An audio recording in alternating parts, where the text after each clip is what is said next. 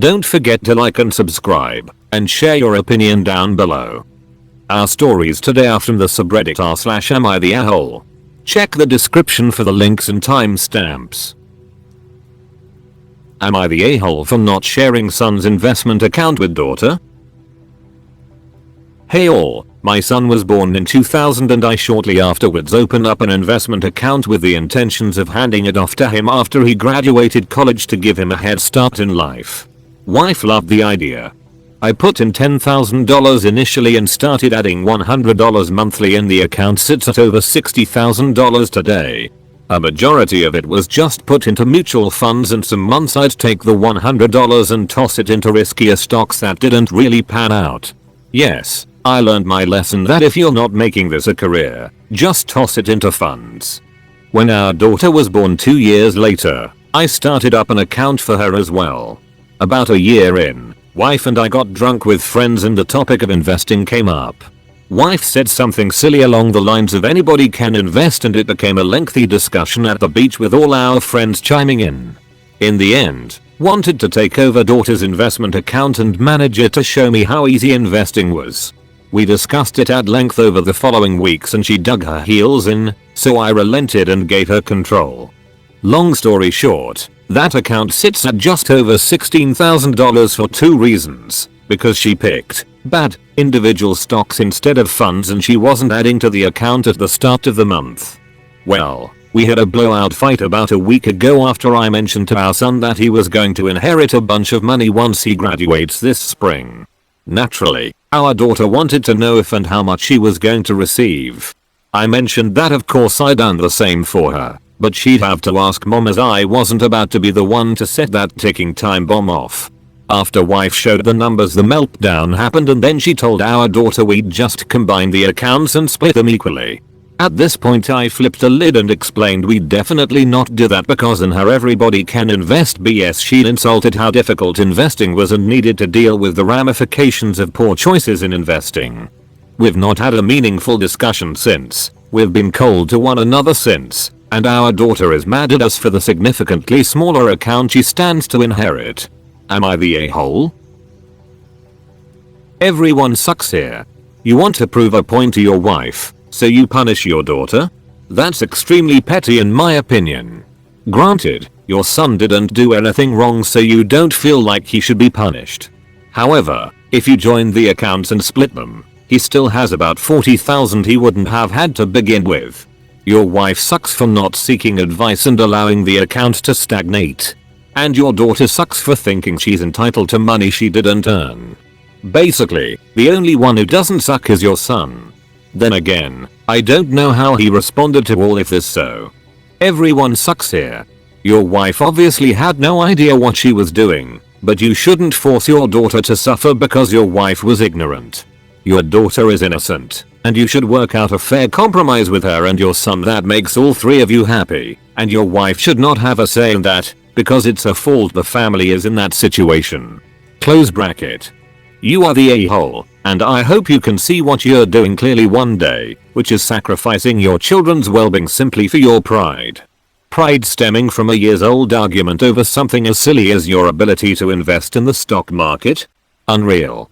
I'd say both you and your wife are a-holes, OP. You have sacrificed your daughter's future just to prove a point, and now want her to accept the consequences of both your actions.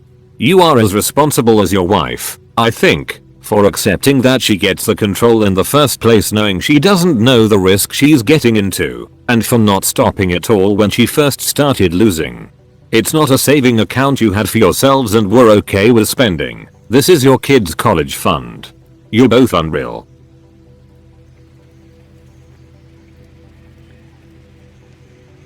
Am I the a-hole for not wanting to pay the rent to my girlfriend's parents? I've met my girlfriend last summer. We are both young workers who just started their careers. Neither of us earn much at all. Her parents are quite wealthy and have bought her a house outright. Due to COVID, we decided to move in together 4 months into our relationship to make sure we can still see each other. Now the lockdown end is in sight. Her parents started discussing how much rent I should pay them when the lockdown ends. They are being considerate with the price of it, as they are asking only $250-300 a month, when houses around us go for $500-600. However, I think rent is a huge waste of money into the void, and my whole life I was planning to save up enough for a mortgage whilst living with my parents. My parents only charge me $200 for mortgage we have going, and that's pretty much it, which gives me an opportunity to save up. I don't pay any other bills there.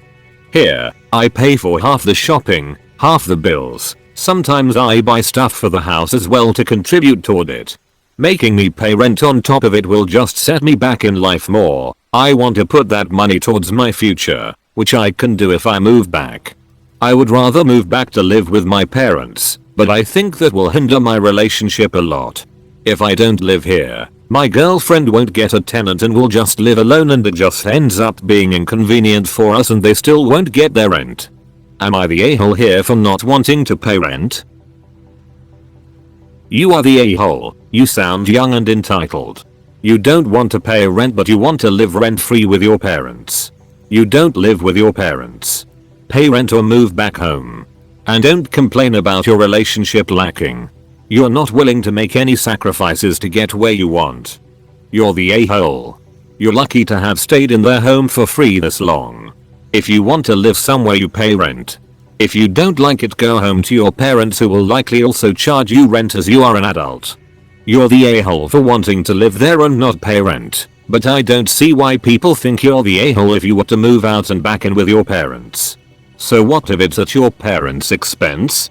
If they are the ones who offer it to be free and are okay with it, then I don't see how you'd be bad for wanting to save money and live with your family. OP, I'd say you're the a-hole. You can't expect people to house you for free just because you're dating their daughter. You're free to go to your parents, of course, but no one is obliged to house you for free, not even them.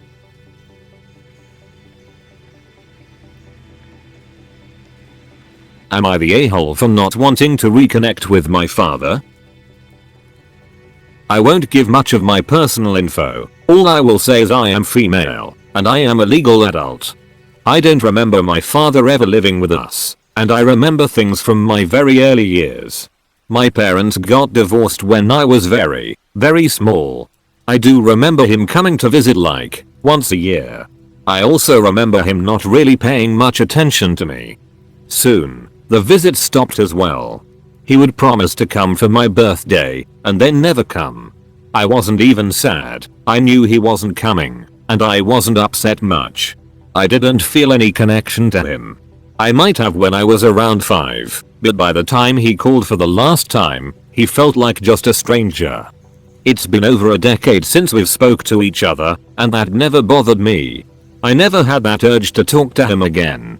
But last night, over a decade later, my father got a hold of my phone number through some relatives. He said he wants to meet me.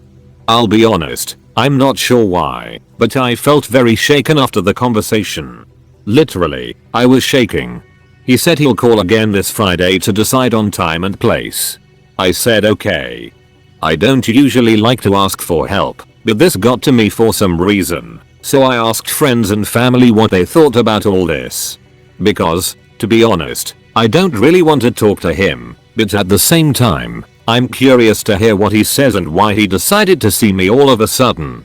I honestly thought that my mom and him were on neutral terms, even though I knew they never kept in touch after he stopped visiting.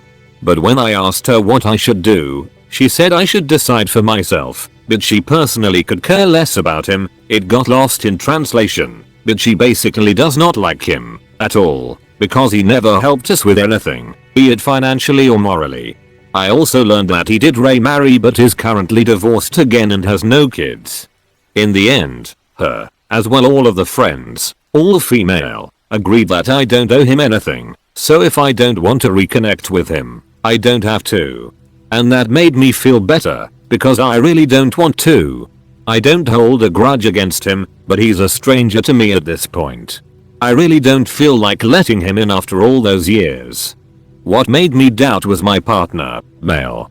He did support me and say that it's my decision, but he seemed to be sympathetic towards my dad. When I said that I probably would tell him no if he asked to be a part of my life again, he asked me to reconsider, Because maybe he feels bad and you may be the only family he has left.